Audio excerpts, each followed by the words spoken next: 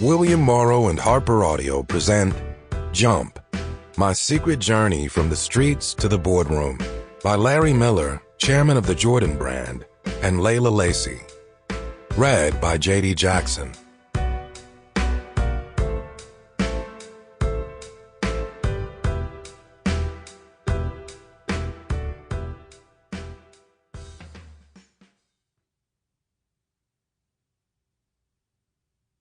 Introduction. Nike Town in L.A. was lit up that Saturday in 1999 when we unveiled Air Jordan 15. It was my unveiling as well, coming out in public as the first president of Jordan brand, a new sports apparel division of Nike. We weren't just rolling out a new sneaker named after the most famous basketball player of all time. We were introducing a new shoe just when Michael Jordan was retiring from the court. Could Air Jordans still take off if the man who made them fly was off the court? "You can pull it off," Phil Knight told me when he plucked me from head of Nike's U.S. apparel to run the new Jordan brand. But there were plenty of doubters. We had built the launch around Stevie Wonder's song, Overjoyed, a melodic love ballad that left listeners feeling uplifted and blissful. The song backed up a commercial that included images of Ray Allen, Eddie Jones, Randy Moss, Derek Jeter, and Roy Jones Jr.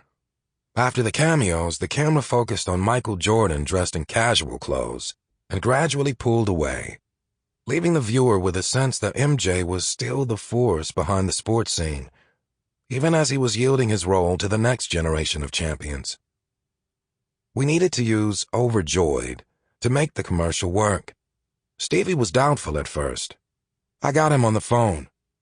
"If Michael Jordan called me and asked me," he said, "I'd do it."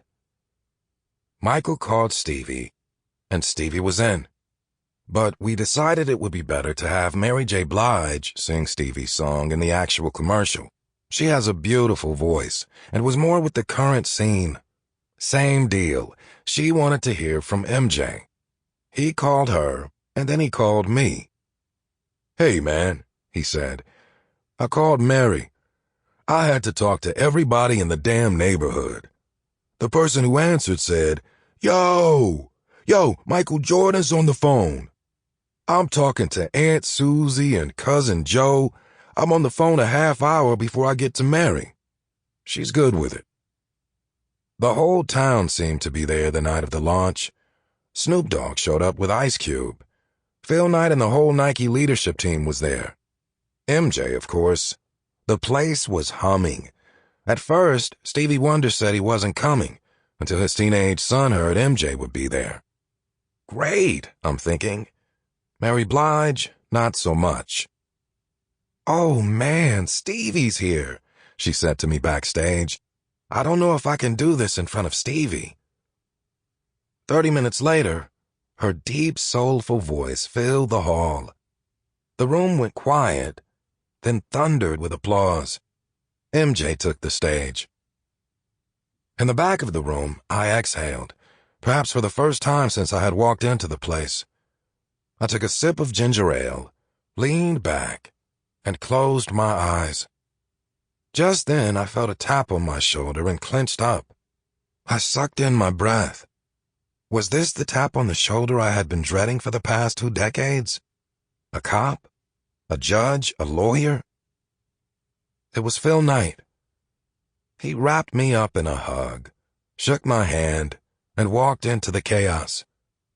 I looked around at the room and wondered, how the hell did I get here? No one in the room knew the real Larry Miller, the man who, at the age of 16, shot another teen in a gang tragedy. The man who had been convicted of a series of armed robberies at the age of 25. I thought back 20 years ago to my cell inside Pennsylvania's Graterford State Penitentiary, where I had been serving a sentence for armed robbery. I thought back to a pivotal job interview just before my graduation from Temple University in 1982. Fresh out of prison, armed with top grade. Sample complete. Ready to continue?